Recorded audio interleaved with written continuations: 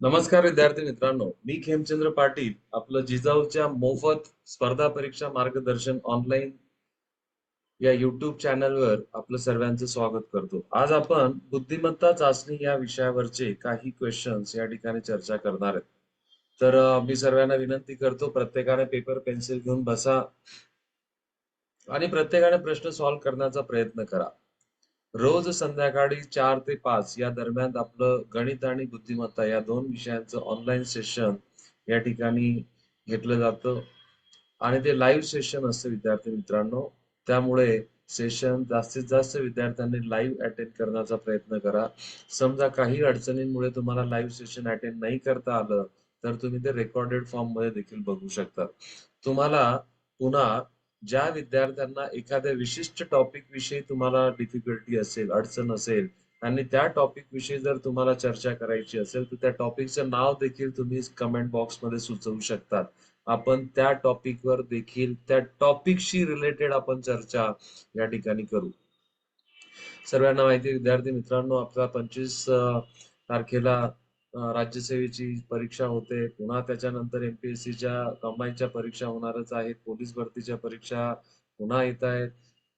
Staff selection through होणाऱ्या सर्व परीक्षा त्या ठिकाणी घेतल्या जातात. बँकिंग थ्रू होणाऱ्या सर्व परीक्षा आहेत आणि ह्या सर्व परीक्षांमध्ये गणित आणि बुद्धिमत्ता हे दोघं विषय अनिवार्य असतात आणि म्हणून आपल्याला ज्या पद्धतीची रिक्वायरमेंट असेल, तुम्हाला असं वाटत असेल की आम्हाला सर या टॉपिक विषयी चर्चा करायची आहे, तर आपण विशेष सत्र त्याच्यासाठी आपण अटेंड करू.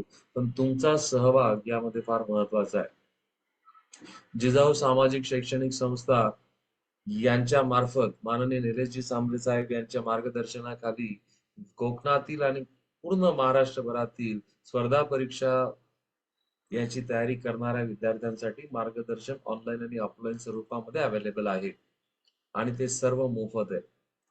उत्कृष्ट फॅकल्टी, महाराष्ट्रातल्या त्या त्या विषयातले तज्ज्ञ असलेल्या उत्कृष्ट फॅकल्टी आपल्याला ऑनलाईन आणि ऑफलाईनच्या माध्यमातून उपलब्ध केल्या जातात.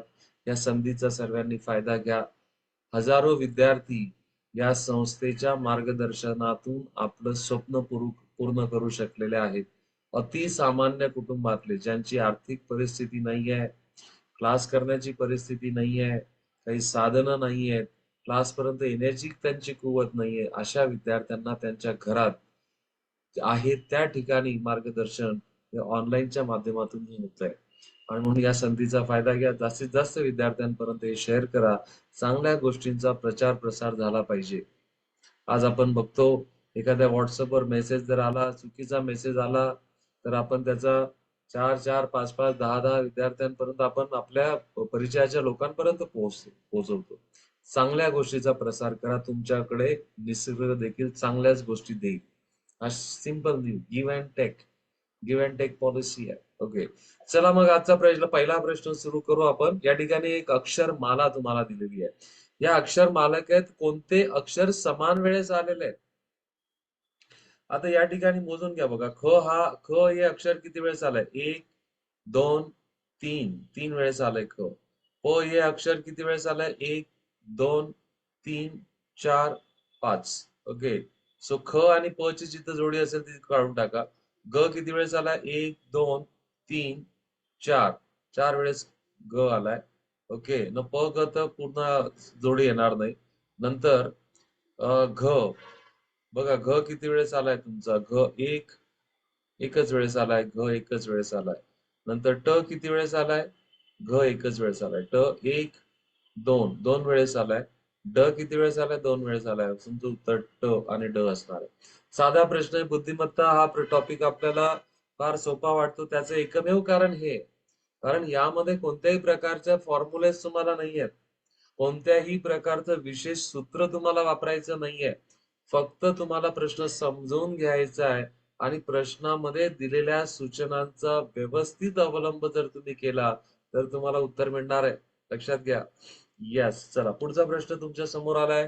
मी प्रश्न सॉल्व्ह करण्यासाठी तुम्हाला वेळ देते. तुमचा वेळ सुरू होतोय आता. एक संख्यामाला दिली आहे. मागच्या प्रश्नामध्ये आपल्याला एक अक्षरमाला दिली होती. या ठिकाणी आपल्याला एक संख्यामाला दिलेली आहे. मग त्या संख्येमालेचं आपण निरीक्षण कशा स्वरूपात करायचंय, तर आपल्याला काय विचारलंय की या संख्या मालिकेत 5 पूर्वी 3 आहे, मात्र 5 नंतर 4 नाही, असं किती वेळेस आलेलं आहे. म्हणजे आपल्याला पाचाच्या पूर्वी 3 चालेल चालेल अशी, आणि इथं 4 नको, इथं 4 नको, अशी सिच्युएशन, अशी स्थिती या संख्या मालिकेमध्ये किती वेळेस आलेली आहे. प्रश्न समजलाय तुम्हाला? चला मोजा मग, असं किती वेळेस तुम्हाला दिसतंय,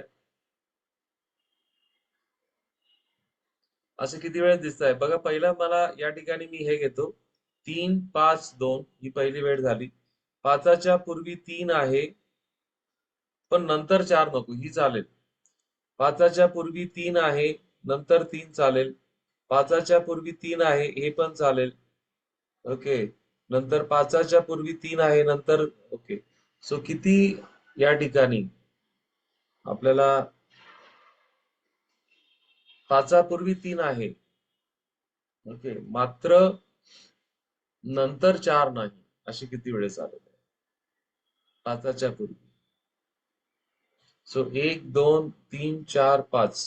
अच्छा, मग आपल्याला सेपरेट मोजावे लागतील बघा. हे पाचापूर्वी म्हणजे पाचापूर्वी 3 ही एक सिच्युएशन, पाचापूर्वी 3 ही एक 2 सिच्युएशन, पाचापूर्वी 3 ही 3 सिच्युएशन, ही एक 4, नंतर ही एक 5, ही एक 6 आणि ही एक 7. तर 7 वेळेस तुमचं उत्तर त्या ठिकाणी यायला पाहिजे.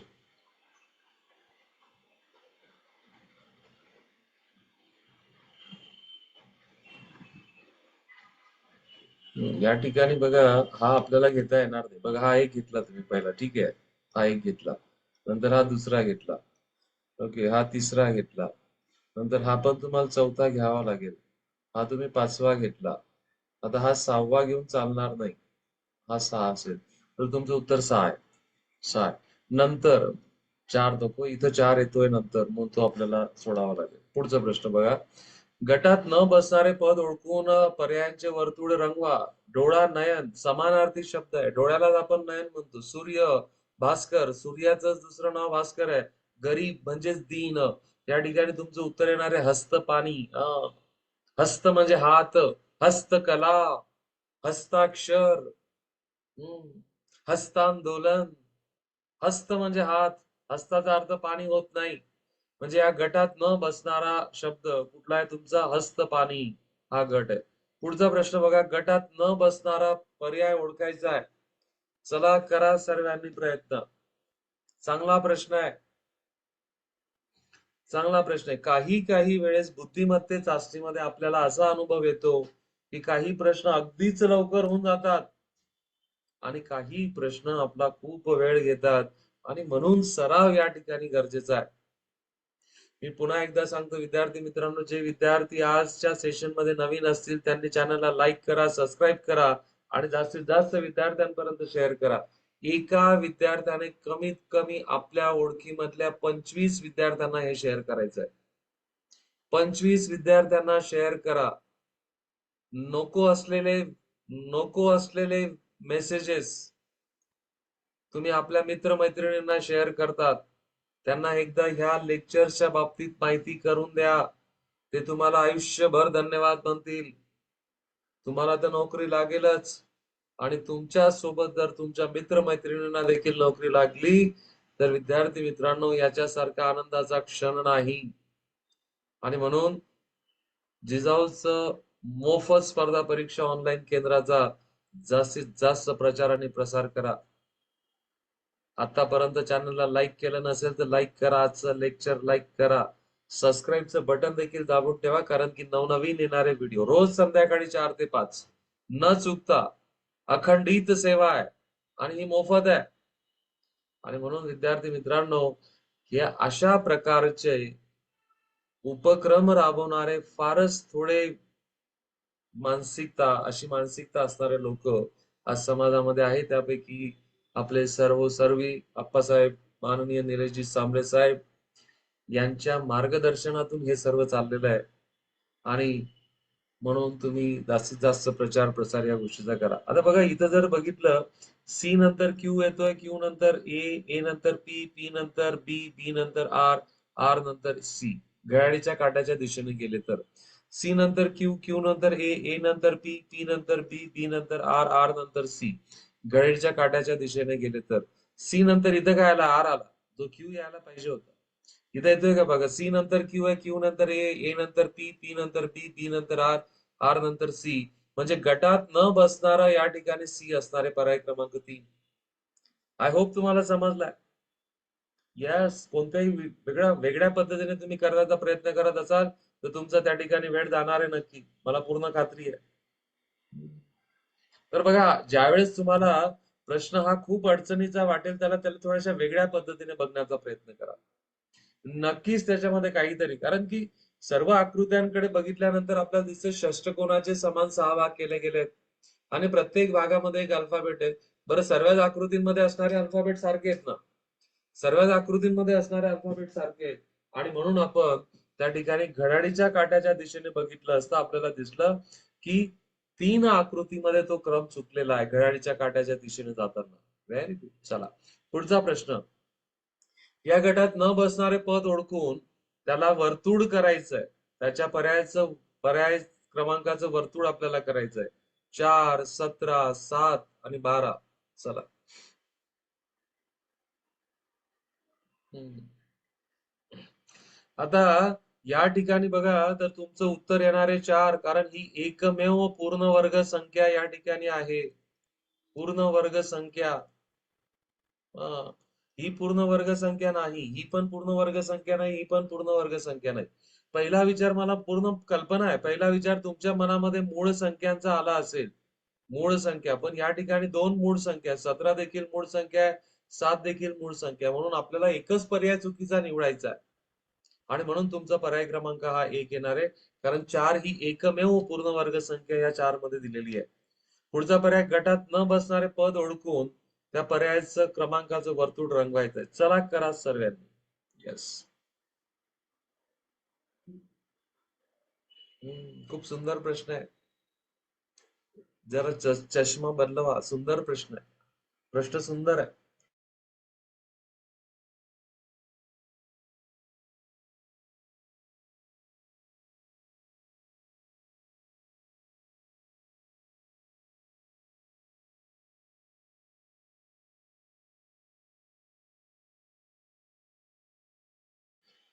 खूप सुंदर प्रश्न आहे विद्यार्थी मित्रांनो. हा, तर या ठिकाणी बघा, पहिल्या आणि शेवटच्या अंकांचा गुणाकार करून तो मध्ये लिहिलाय. 1 गुणिला 1, 1.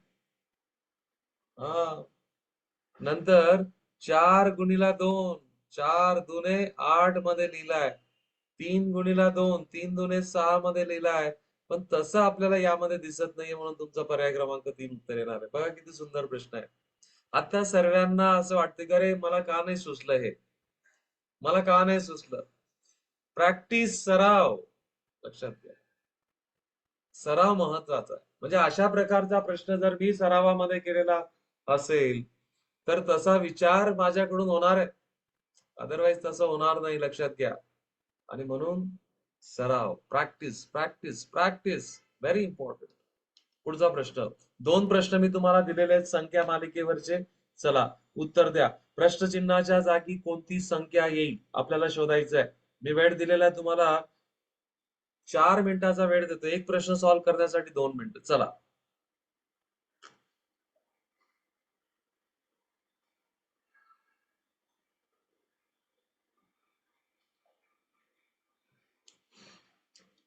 एक प्रश्न सॉल्व्ह करण्यासाठी मी 2 मिनिटाचा वेळ तुम्हाला दिलेला आहे.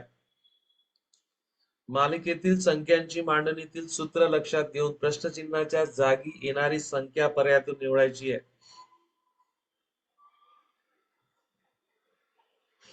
निश्चितपणे तुम्हाला तुमची कोणतीही परीक्षा असो, फार UPSC पासून ते पोलीस भरतीच्या परीक्षेपर्यंत संख्या मालिकेवरचे प्रश्न विचारले जातात. आणि संख्या मालिकेवरचे प्रश्न सॉल्व्ह करण्यासाठी एकमेव शॉर्टकट मी तुम्हाला सांगणार आहे.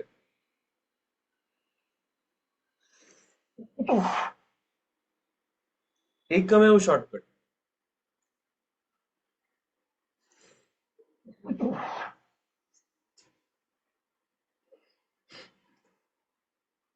आणि तो म्हणजे प्रॅक्टिस.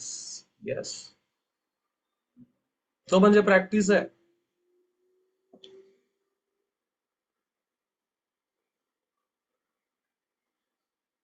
संख्यांमधली वाढ कशी होते बघा.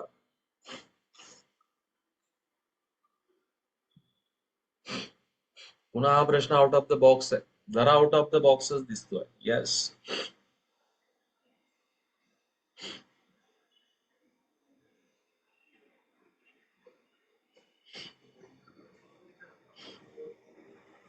दोघं प्रश्न चांगल्या लेवलचे आहेत.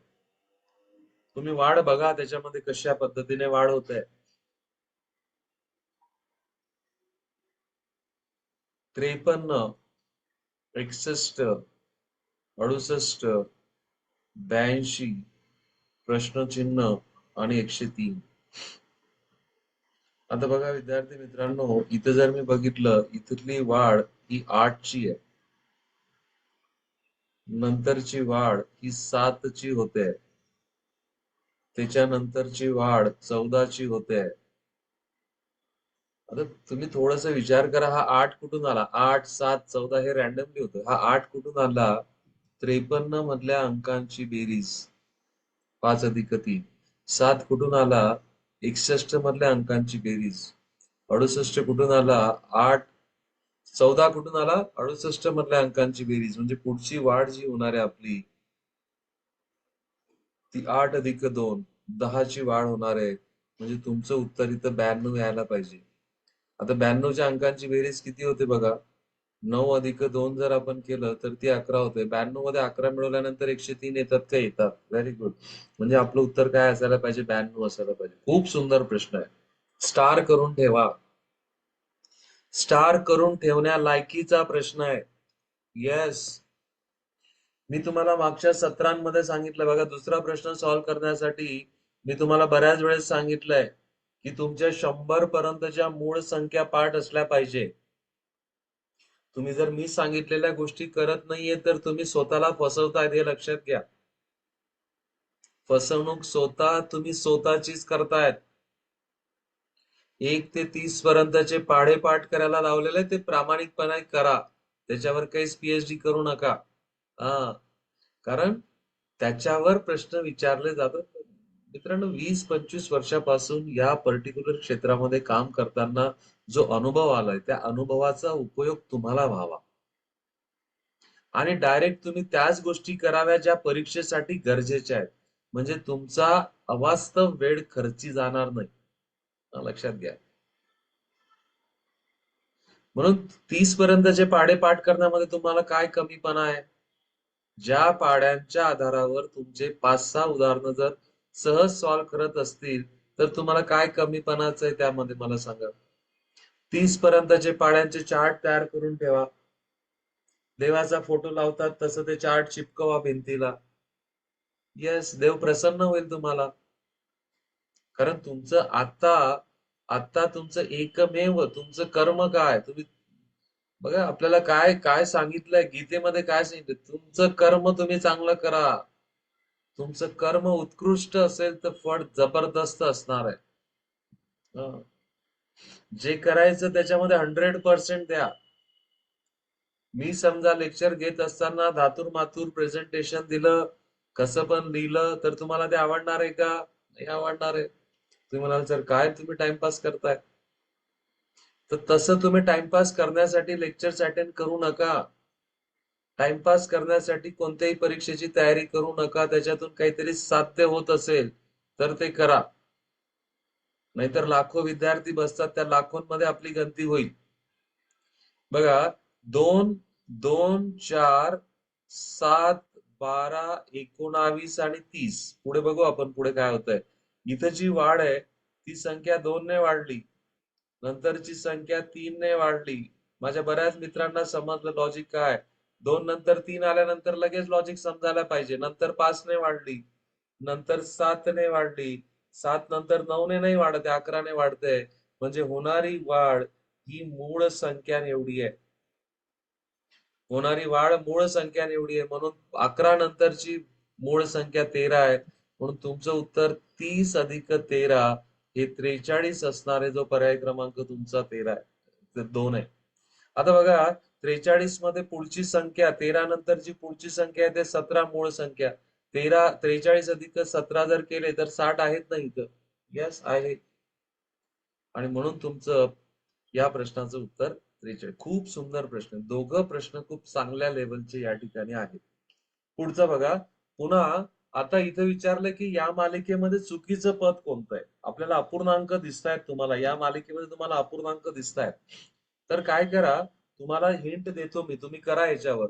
अंशांचा विचार वेगळा करा आणि छेदांचा विचार वेगळा करा.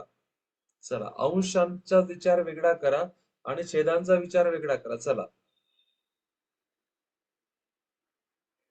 अंशांमध्ये कशी वाढ होते, छेदांमध्ये कशी वाढ होते, तर या अल्टिमेटली तुम्हाला चुकीचं पद शोधायचं. आणि लक्षात घ्या, यामध्ये आपल्याला गाडलेली जागा भरायची नाहीये. प्रश्नचिन्हाच्या जागी कोणती संख्या येईल हे आपल्याला विचारलेलं नाहीये. हे नाही विचारलेलं आपल्याला.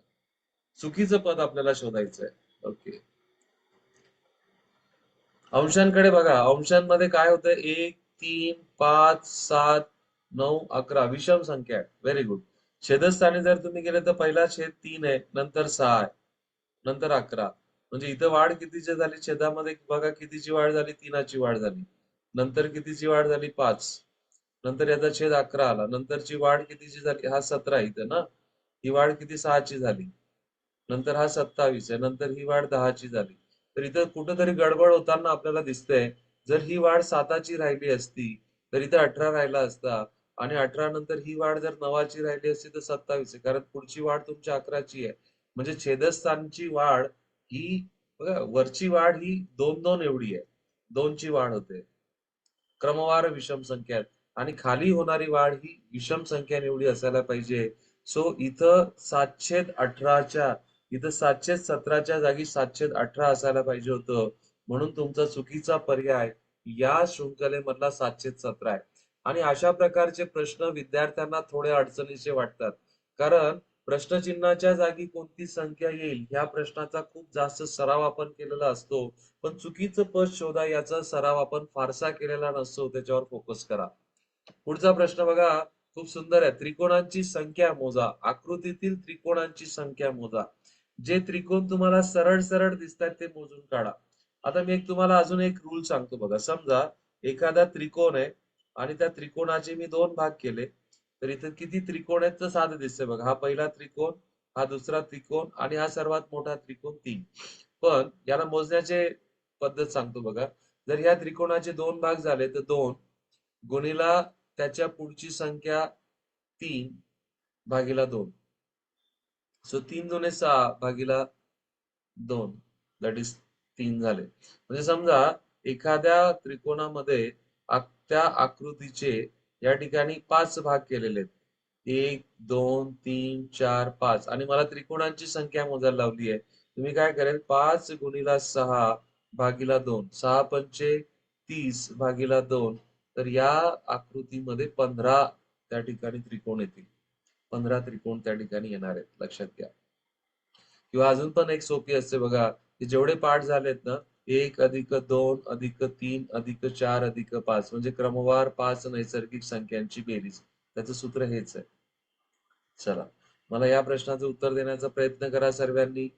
त्याच्यासाठीचा शॉर्टकट मी तुम्हाला आताच डिस्कस केलेला आहे. तर मग तुम्ही फक्त एवढ्या भागावर कॉन्सन्ट्रेट करा. एवढ्या भागावर कॉन्सन्ट्रेट करा. मग नंतरचे त्रिकोण मोजता येतील आपल्याला. किती भाग झालेत? 1, 2, 3. सो 3ची पुढची संख्या 4 भागीला 2. 4 त्रिक 12 भागीला 2. किती झाले? 7 झालेच. म्हणजे 5 उत्तर येणार नाही. आता बघा, हा एक त्रिकोण त्याला अटॅच आहे. हा दुसरा त्रिकोण म्हणजे 6 आणि 2 किती झाले? 8. 6 आणि 2 8. आता अजून काय दिसतंय बघा. आता हा एवढा भाग, हा त्रिकोण आणि हा त्रिकोण मिळून एक त्रिकोण तयार होतोय. ओके, आलं लक्षात? नंतर हा पण एक तयार होतोय बघा. हा दोघं मिळून एक त्रिकोण तयार होतोय. ओके, सो हे 2 त्रिकोण त्याच्यामध्ये ऍड होतील. म्हणजे तुमचं 8 पण उत्तर येत नाही. ते किती झाले? तुमचं उत्तर किती झाले? 10. चेक करून घ्या. अजून काही एखादा त्रिकोण भेटतोय का तुम्हाला? आता कोणताही त्रिकोण तुम्हाला भेटत नाही. सर्व त्रिकोण या ठिकाणी मोजून झाले. सो तुमचं उत्तर पर्याय क्रमांक 10 आहे. 2 येणार आहे. 10. तर यामध्ये थोडंसं व्हिज्युअलायझेशन टेक्निक थोडं तुम्ही इम्प्रूव्ह करा. खूप सुंदर प्रश्न आहे. घनाकृती ठोकळ्यांवरचा प्रश्न बघा. प्रत्येक प्रश्न हा तुम्हाला एक वेगळ्या संकल्पनेची ओळख करून देईल आणि अतिशय सुंदर पद्धतीने या ठिकाणी तुम्हाला हे प्रेझेंटेशन तुम्हाला दिसतंय. व्यवस्थित प्रश्न तुम्हाला चांगल्या पद्धतीने लिहिलेले दिसत आहेत. लक्षात घ्या, इतकं व्यवस्थित हे फक्त जिजाऊच्याच चॅनलवर तुम्हाला मिळू शकतं. या ठिकाणी पाट्या टाकण्याचं काम केलं जात नाही. जे दिलं जातं ते सर्वोत्तम दिलं जातं आणि म्हणून अशी माफक अपेक्षा आहे तुमच्याकडनं की तुम्ही सर्वोत्तम घ्या आणि त्याचं सर्वोत्तम रिझल्ट मिळवा. खालील प्रत्येक प्रश्नात एका घनाचे पृष्ठ वेगवेगळ्या स्थितीत दिसतील. एकच घन एकच आहे, पण पृष्ठ वेगवेगळ्या स्थितीमध्ये दिसत आहेत. तुम्ही निरीक्षण करून पाचाच्या विरुद्ध असणाऱ्या पृष्ठभागावर कोणता अंक असेल ते पर्यायातून निवडा. आता मी तुम्हाला सांगतो बघा, पद्धत सांगतो. बघा, जर पाचाचे जे लगतचे पृष्ठभाग आहेत म्हणजे लगतचे अंक आहेत, पाचाचे लगतचे अंक कधीच त्याच्या विरुद्ध होणार नाही. लगतचे अंक कधीच विरुद्ध होत नाही, कधीच विरुद्ध होत नाही. तर मग काय करा, असे पर्याय उडवून टाका, विरुद्ध होत नाही. मग जे पाचाच्या लगत तुम्हाला दिसत, पाचाच्या लगत कुठला कुठला दिसतोय? 6 दिसतोय, 3 दिसतोय, म्हणजे तुमचं उत्तर 6 येणार नाही. ओके, मग आता अडचण आहे. मग या ठिकाणी बघा तुम्हाला काय करावं लागेल. या ठिकाणी हा घन तुम्हाला अशा पद्धतीने त्याला अनफोल्ड करावं लागेल. त्याचे 6च्या 6 पृष्ठभाग तुम्हाला ठरवावे लागतील. आता जर मी हे दोनच बघा, हे दोन पृष्ठभागांच्या स्थिती जर घेतल्या तर मला इथं 2 सामायिक दिसतोय, म्हणून मी 2 इथं मध्ये ठेवतोय बघा. आणि घड्याळीच्या काट्याच्या दिशेने मी हे मांडणार आहे. 2 नंतर मी इथं 4 ठेवतोय. 4 नंतर घड्याळीच्या काट्याच्या दिशेने 1 इथं आला. नंतर 2च्या घड्याळीच्या काट्याच्या दिशेने इथं 3, इथं 6. आता इथं एकच अंक उरला, तो म्हणजे 5. आणि लक्षात घ्या, यामध्ये 4च्या विरुद्ध बाजूला काय येणार आहे? तुमचा 3 असणार आहे. 6च्या विरुद्ध बाजूला 6च्या विरुद्ध बाजूला काय असणार आहे? 1 असणार आहे. आणि 2च्या विरुद्ध बाजूला काय असणार आहे? 5 असणार आहे. म्हणून तुमचं उत्तर काय असेल? 5, 2 असेल. ज्या ज्या विद्यार्थ्यांना असं वाटत असेल की तुम्हाला मी पहिल्यांदाच सांगितलं तुम्हाला, एका विशिष्ट टॉपिकवर जर तुम्हाला चर्चा जास्त करायची असेल तर तुम्ही चॅट बॉक्स मध्ये मेन्शन करा की तुमची गरज काय.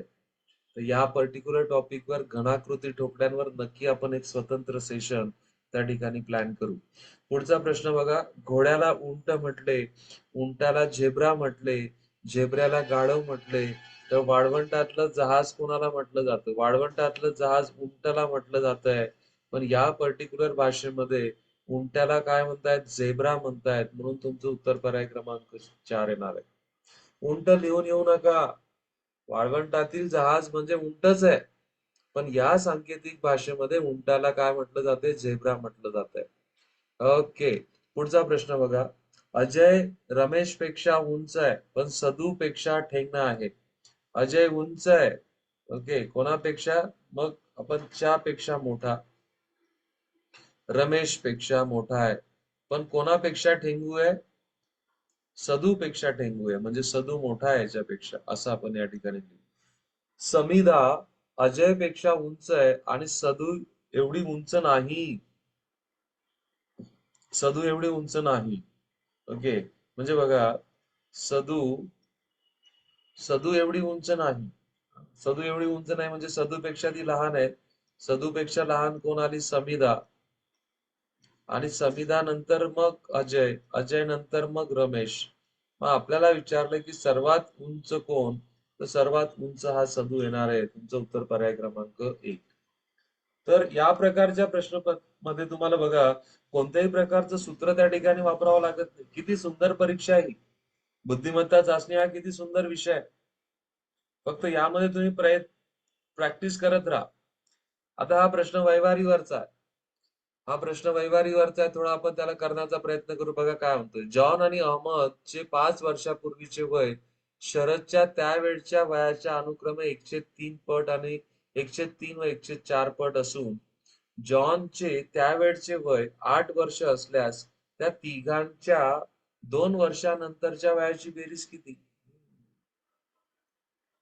आता जॉन आणि अहमदचे 5 वर्षापूर्वीचे वय, किती वर्षापूर्वीचे वय? 5 वर्षापूर्वीचे वय.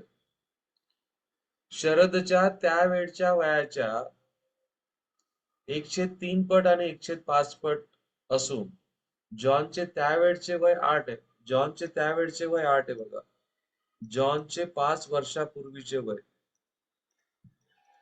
5 वर्षापूर्वी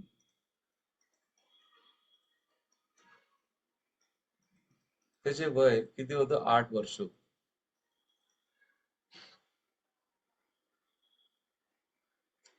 आणि तो काय म्हणतो, जॉन आणि अहमदचे 5 वर्षापूर्वीचे वय शरदच्या वयाच्या अनुक्रमे 103 पट, 103 पट. म्हणजे याच्यावरून आपण असं म्हणू शकू, शरदचे 5 वर्षापूर्वीचे वय जॉनच्या वयाच्या तिप्पट म्हणजे 24 वर्ष.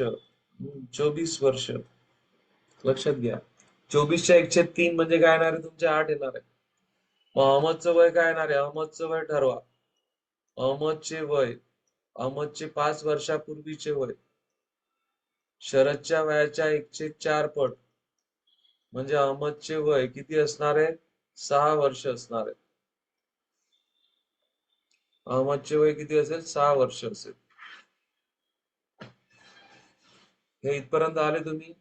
आता या प्रत्येकाचे आजचे वय जर आपण काढलं, अजून आपल्याला 2 वर्षानंतर वर पण जायचं. पहिलं आजचे वय काढू आपण. जॉनचं आजचं वय 13 होऊन जाईल, याचं वय 29 होईल आणि याचं वय 11 होईल. कारण की 5 वर्षापूर्वीवरून आजवर यायचंय. याच्यानंतर आपल्याला 2 वर्षानंतर जायचं. 2 वर्षानंतर यांचं वय 15 होईल, याचं वय 31 होईल आणि याचं वय 13 होईल. चला करा बेरीज. 5 आणि 1 6, 6 आणि 3 9. चला 1. ओके. 3 आणि 2 5. 5 आणि 1 6 होते बेरीज. 2 वर्षानंतर त्यांच्या वयांची बेरीज किती असेल? तिघांच्या 2 वर्षानंतर. ओके. याचं वय किती झालं? 13, याचं 15, याचं 31. जॉनचे त्यावेळचे वय 8 वर्ष असल्यास, डेफिनेटली 8 वर्ष जर त्यावेळचे असेल तर शरदच्या त्यावेळच्या वयाच्या अनुक्रमे 103 पट 5 वर्षापूर्वीचे वय शरदच्या त्यावेळच्या म्हणजे शरदचं वय नक्की 124 यायला पाहिजे. 24 103 म्हणजे किती येणार आहे? 8. येस. हा 5 आणि 3 8 आणि 1 9 ह्याच्या जात नाही. 59 बरोबर आहे. 59 वय बरोबर आहे. येस. पुन्हा एकदा सांगतो बघा, हा प्रश्न मी पुन्हा एकदा सांगतो. या प्रश्नावर पुन्हा आपण चर्चा करू. जॉनचे वय शरदच्या त्यावेळच्या किती? 103 पट आहे आणि जॉनच्या आजचं वय किती? 8 वर्ष. म्हणजे जॉनचं वय 8 वर्ष आहे. किती वर्षापूर्वी? हे 5 वर्षापूर्वी चाललंय. 5 वर्षापूर्वी. म्हणजे नक्की शरदचे आजचे वय 24 असायला पाहिजे. कारण 24च्या 103 पट म्हणजे किती होतो? 8 होतो. आणि अहमदचे वय किती असायला पाहिजे मग? अहमदचे वय हे 6 वर्ष असायला पाहिजे. 24च्या 104 पट म्हणजे किती? 6. 5 वर्षावरून आपण आजवर येऊ. आजचे वय काढू आपण त्यांचे. आजचे वय वरून तुम्हाला 2 वर्ष पुढे जायचं. आजचं वय काढू नका. 2 वर्षानंतर. म्हणजे अल्टिमेटली तुम्हाला 5 आणि 2 7 ऍड करायचे याच्यात. हे किती झालं? 2 वर्षानंतर 15 होईल. याच्यात 7 मिळवा. हा 2 वर्षानंतर 31 वर्षाचा होईल. हा 7 वर्षानंतर 13 वर्षाचा होईल. आणि या सर्वांची जर बेरीज केली तर ती 59 येते. आणि तेच आपल्याला विचारलं होतं. चला पुढचा प्रश्न आपल्याला आलेला बघा, प्रत्येकाने करण्याचा प्रयत्न करा. सौ राधा काकूंच्या घरात 2 विवाहित मुलगे आणि 3 नातवंड आहेत. सौ राधाबाईंच्या, सौ म्हटलंय. राधाबाईंच्या घरात 2 विवाहित मुलगे आणि 3 नातवंडे आहेत. तर घरात कमीत कमी किती माणसे असतील? 2 विवाहित कुटुंब म्हणजे 4 तर असायलाच पाहिजे. 3 नातवंड आहेत म्हणजे 4 आणि 3 7. आणि राधा काकू आणि काका तर कमीत कमी 9 तर असायला पाहिजेच. 9 तर असायला पाहिजे. 2 विवाहित मुलगे, 2 विवाहित मुलगे म्हणजे मग त्यांच्या पत्नी पण आल्या. हो. मग आणि 3 नातवंड आहेत. सौ राधा काकू आहे. सौ राधा काकू म्हणजे काका पण आहेत. कमीत कमी 9. Very good. चला पुढचा प्रश्न खूप चांगला आहे. समान संबंधांवरचा हा प्रश्न, याला म्हणतात समान संबंध, इंग्रजीमध्ये आपण त्याला म्हणतो अॅनालॉजी. सेम रिलेशनशिप, समान संबंध. महाराष्ट्र राज्यपाल तर भारताचा संबंध कोणाशी असेल तर कोण असतो? राष्ट्रपती. राष्ट्रपती. Very good. चला, पुढचा प्रश्न. दोन प्रश्न मी तुम्हाला दिलेले आहेत, समान संबंधांवरचेच आहेत. प्रत्येकाने करण्याचा प्रयत्न करा. समान संबंधांवरचे दोन प्रश्न आहेत. चला, मी 2-4 मिनिटाचा वेळ तुम्हाला देतोय. प्रत्येकाने करण्याचा प्रयत्न करा. समान संबंध. येस. आणि म्हणून मी तुम्हाला सांगितलंय 30 पर्यंतचे वर्ग पाठ असायलाच पाहिजे. म्हणजे काही प्रश्नांची उत्तर तुम्हाला सहज देता येतील, काही सेकंदात देता येतील. आणि ज्यावेळेस विद्यार्थी मित्रांनो काही प्रश्नांची उत्तर तुम्ही सहज सेकंदात देतात, त्यावेळेस तुमचा कॉन्फिडन्स हा अतिउच्च असतो. कॉन्फिडन्स जबरदस्त हाय असतो. लक्षात घ्या. काही सेकंदात तुमचे उत्तर येत आहेत. आणि मग तो उरलेला वाचलेला वेळ आपल्याला कठीण प्रश्नांसाठी अलॉट करता येतो. लक्षात घ्या. अशा प्रकारचं बॅलन्सिंग तुम्हाला जमायला पाहिजे. अशा प्रकारचं बॅलन्सिंग जर तुम्हाला जमलं तर तुम्ही नक्की त्या स्पर्धा परीक्षेमध्ये अपेक्षित यश मिळवू शकतात. हा 13चा वर्ग आहे. 13चा वर्ग 169 होतो, तर 15चा वर्ग 225 होईल. तर याचं उत्तर फक्त पर्याय क्रमांक 1 बरोबर आहे असं यायला पाहिजे. मला पूर्ण खात्री की तुम्ही उत्तर ते दिलेलं आहे. चला, पुढचं बघा. 27-14, 18 क्वेश्चन मार्क. आता पहिला विचार माझ्या अशा डोक्यात आला होता बघा, 27चे जे दोन अंक आहेत, 2 आणि 7 यांचा गुणाकार 14 होतो, तो इथं लिहिलेला आहे. परंतु मग 1 आणि 8 याचा गुणाकार जर घेतला तर 8 आपल्याला पर्यायांमध्ये दिलेला नाहीये. म्हणजे मग आपल्याला दुसरा पर्याय कुठेतरी शोधावा, दुसरं लॉजिक शोधावं लागेल. शोधा. दुसरं लॉजिक काय असेल? बरं, 27 हा 3चा घन आहे. बरं, 3 आणि 3 पुन्हा याच्यामध्ये काही संबंध आपल्याला दिसत नाही. त्याच्यामध्ये लॉजिक असं आहे बघा विद्यार्थी मित्रांनो, या दोघं अंकांचा एकदा बेरीज आणि एकदा वजाबाकी केली आहे. ओके. एकदा बेरीज आणि एकदा वजाबाकी जर मी केली समजा, तर या ठिकाणी घेतो मी 2+7 आणि 7-2 यांची बेरीज. 7 आणि 2 किती झाले? 9. आणि हे 5. 9 आणि 5 14. तसं करून बघू आपण 18च्या केसमध्ये. ओके. एकदा दोघांची बेरीज आणि फरक हा किती आहे? 9 आणि हा 7. दोघांची जर बेरीज केली तर या ठिकाणी 16 येतोय. पण 16 पुन्हा उत्तर दिलेलं नाहीये. ही 9 आली बेरीज, ही 7 आली. 9 आणि 7 16. पण इथं तुम्हाला 16 पण उत्तर दिलेलं नाहीये. काहीतरी वेगळा विचार पुन्हा करावा लागेल. आणि म्हणून बघा, मागच्या प्रश्नामध्ये इथं काही ना काही वेळ तुम्ही वाचवलाय. काही ना काही वेळ तुमचा वाचलाय. तो वाचवलेला वेळ तुम्हाला इथे अलॉट करायचा आहे. हम्म. चला.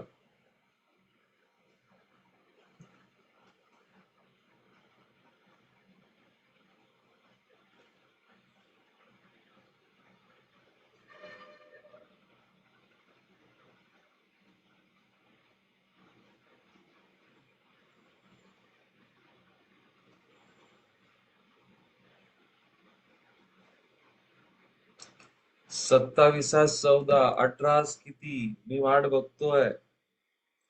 थोडस डोक्याला ताण द्या.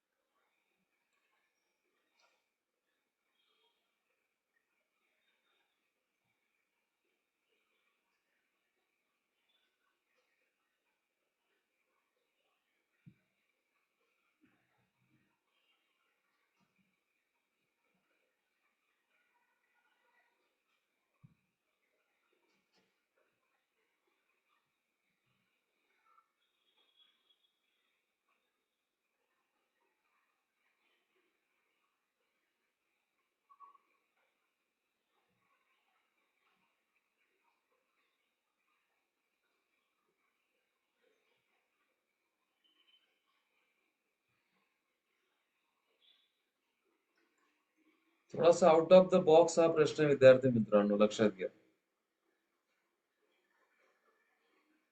थोडासा आउट ऑफ द बॉक्स हा प्रश्न आहे.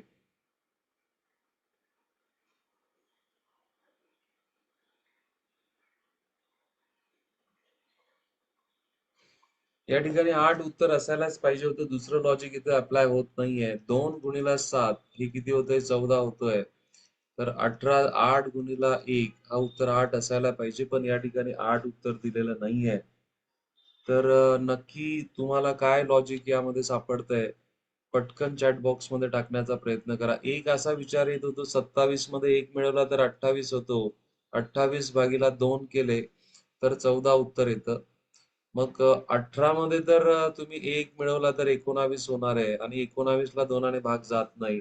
म्हणजे असे इतके वेगवेगळे विचार करून देखील आपल्याला उत्तर त्या ठिकाणी मिळत नाहीये.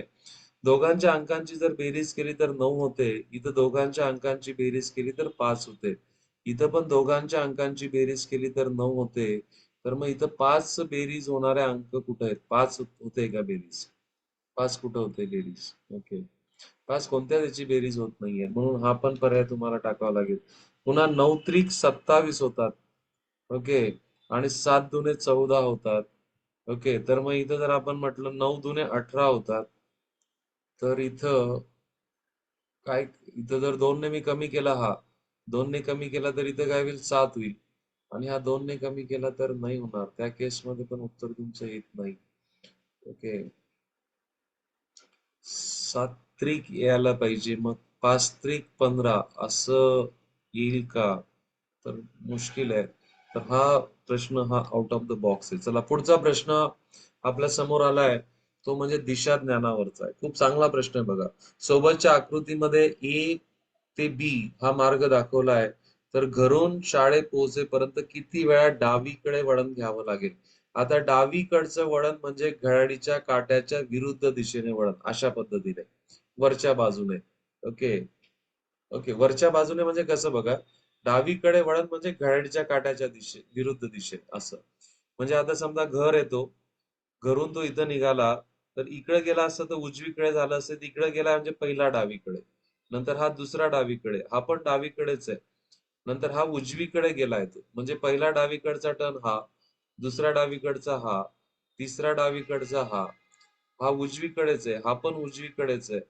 आता हा जो जातोय तो डावीकडे जातोय, हा तिसरा डावीकडे, हा उजवीकडे जातोय, हा डावीकडे जातोय, हा चौथा झाला, हा पाचवा डावीकडे आणि पुन्हा हा उजवीकडे गेला. म्हणजे त्याला 5 वेळेस डावीकडे जावं लागेल.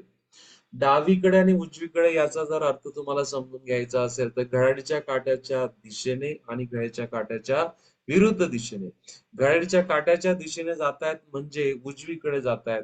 घड्याळीच्या काट्याच्या विरुद्ध दिशेने जातायत म्हणजे डावीकडे जातायत. ओके. चला पुढचा प्रश्न खूप सुंदर आहे. आपल्याला रांगेमध्ये विद्यार्थ्यांची अरेंजमेंट करायची. राहुल म्हणतो की एका रांगेत माझ्या पुढे 6 मुले आहेत. ओके. म्हणजे समजा इथं राहुल असेल तर याच्या पुढे 6 मुलं आहेत. ओके.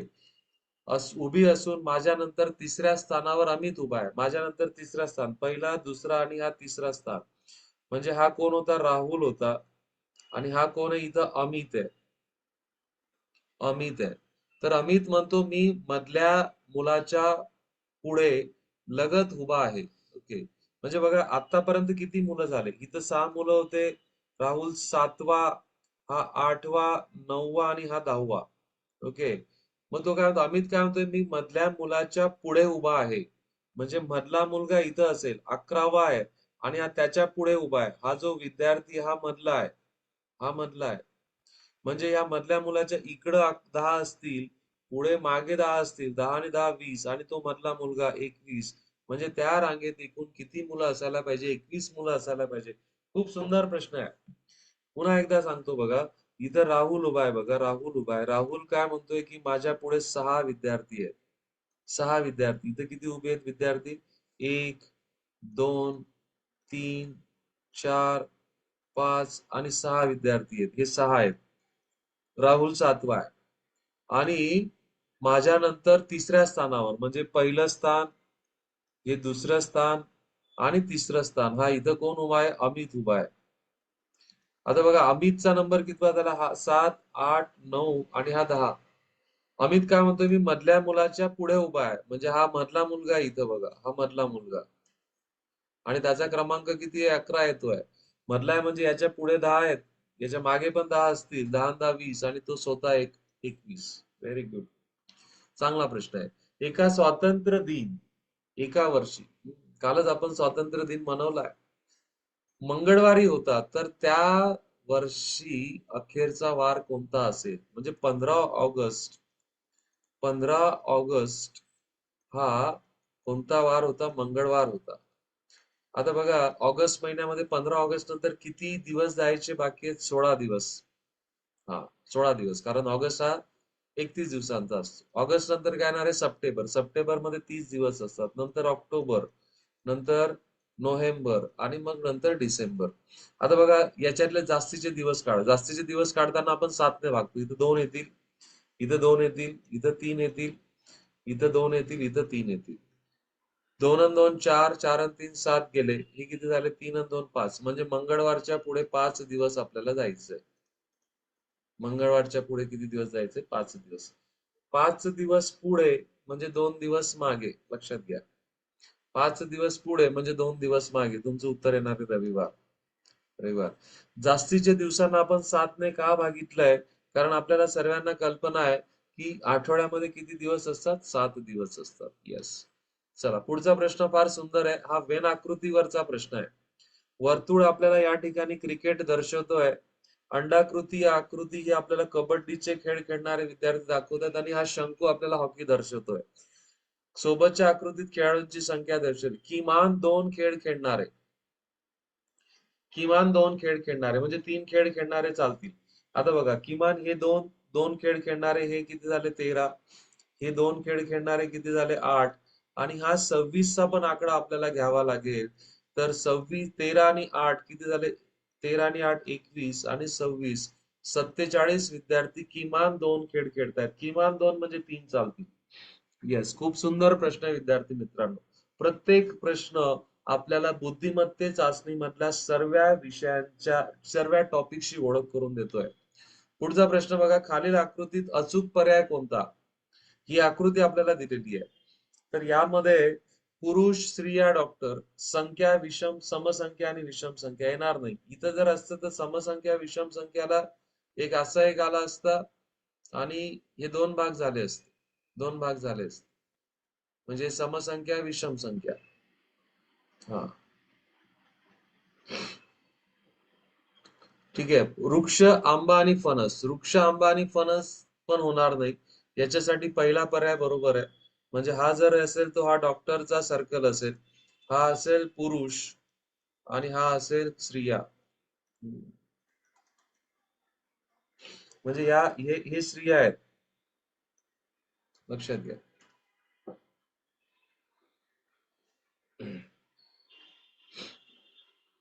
पुढचा प्रश्न बघा, चौकोनात कोणती संख्या येईल असं आपल्याला विचारलंय. ओके. 11, 67, 17, 47, 41, 21 सर्व मूळ संख्या आहेत. सर्व मूळ संख्या आहेत, लक्षात घ्या. आणि म्हणून मी तुम्हाला मूळ संख्यांचं पाठांतर करायला लावलेलं आहे. बरं, पर्यायांमध्ये दिलेल्या पण सर्व मूळ संख्या आहेत. मग बघा 2, 3, 3 नंतर 5 घेतली, नंतर 7, 11, 13 आणि मग नंतर 17. म्हणजे इथे 2 संख्या ड्रॉप केल्यानंतर 3 ड्रॉप केल्या. आता 19 नंतर 23 घेऊन टाकली, नंतर एकच ड्रॉप केली. 23 नंतर 29 ड्रॉप केली, नंतर 31 घेतली. ओके, काय करतोय बघा आपण. 2 घेतला, 2 नाही घेतला, 3 नाही घेतला, काय घेतला? 5 घेतला. 5 नंतर 7 नाही घेतला, 11 घेतलाय. 11 घेतलेली आहे. 11 नंतर 13 नाही घेतली, तर मग काय घेतला? 17 घेतली. 17 नंतर 19 नाही घेतली, नंतर काय घेतली? 23.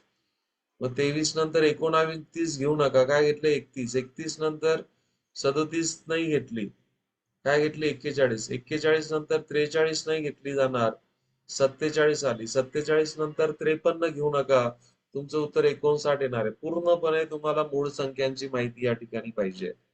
तर अशा प्रकारे विद्यार्थी मित्रांनो, आज आपण बुद्धिमत्ता चाचणीवरचे 22 ते 25 क्वेश्चन आपण या ठिकाणी करण्याचा प्रयत्न केला. आशा करतो की तुम्हाला हे सेशन आवडलं असेल आणि वेगवेगळ्या बुद्धिमत्तेतल्या वेगवेगळ्या टॉपिकची आपण आज चर्चा केलेली आहे. जर चॅनलला नवीन असाल तर चॅनलला लाईक करा, सबस्क्राईब करा आणि जास्तीत जास्त विद्यार्थ्यांपर्यंत शेअर करा. Thank you very much. Bye bye.